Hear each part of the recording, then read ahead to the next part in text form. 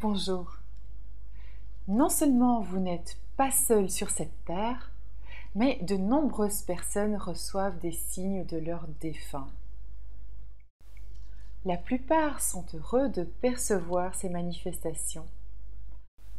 D'autres en ont peur ou voudraient se libérer de ce qu'ils considèrent comme une intrusion dans leur vie. Certains ne demandent que ça et regrettent de ne rien voir ou sentir, se sentent nuls ou carrément punis d'en être privés. Comment nos défunts se manifestent-ils? Les humains ont un corps qui leur permet de communiquer facilement. Sans le corps, toutes les astuces sont permises. Ils se manifestent dans certains rêves qui deviennent des songes, c'est-à-dire qu'ils sont marquants et vous laissent une forte impression durant des jours. Bien vous percevez une odeur particulière, un parfum reconnaissable. Vous sentez un effleurement sur votre peau, un vent frais alors qu'il n'y a pas de fenêtre ouverte. Vous entendez intérieurement une phrase et vous savez que c'est très différent d'une pensée habituelle. Les animaux dont le comportement surprend se font messagers. Par exemple, un oiseau se pose sur votre épaule ou vient taper du bec dans votre fenêtre. Un papillon virevolte autour de vous durant un très long moment, part et revient. Un arc-en-ciel surgit ou un rayon solaire vous éclaire d'une manière particulière. Les chiffres se répètent et attirent votre attention car ils correspondent à une date importante. Les appareils électriques fonctionnent sans votre intervention. Par exemple, la télévision qui s'allume, l'ordinateur qui s'éteint. Parfois, les sensations sont internes, la paix qui s'installe, le repos émotionnel.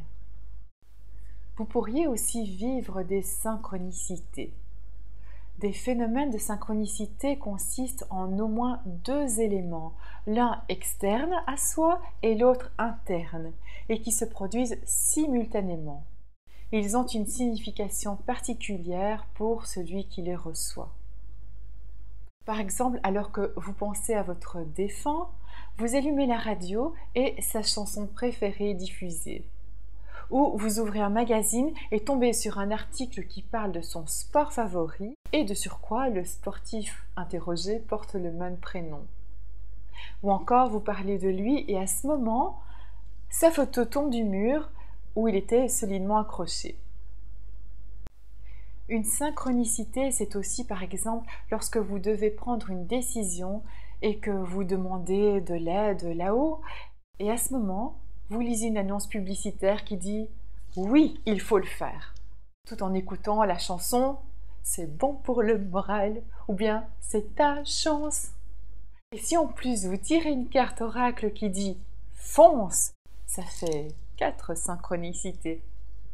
C'est un phénomène qui transforme la morosité en enthousiasme. Celui qui vit une synchronicité en est tout retourné, c'est époustouflant. Encore plus époustouflant est celui qui voit l'âme du défunt.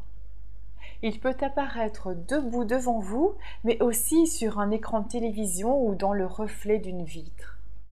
Les manifestations forment une liste sans fin et il y en a encore bien d'autres. Et il arrive que j'entende. Et moi alors? Je ne vois rien, n'entends rien, ne ressens rien. Même les personnes avancées sur le chemin de l'éveil spirituel ne vivent pas forcément des phénomènes qualifiés de paranormaux. Il semble que d'une part nous recevons ce qui est favorable à notre épanouissement, tant du côté de l'épreuve que du côté du cadeau. D'autre part, il y a des personnes qui reçoivent des signes mais ne les voient pas. Et d'autres reçoivent ce qu'ils ne souhaitent pas avoir. Vous pouvez exprimer vos désirs et vous placer dans un état de paix, de réception de tout ce qui est déjà là mais non perçu, ou demandez à ce qu'on vous laisse tranquille, le tout avec amour et confiance, sans attendre quelque chose de précis. Laissez aller votre demande. Elle sera entendue et la réponse sera la réponse idéale pour vous, celle dont vous avez besoin.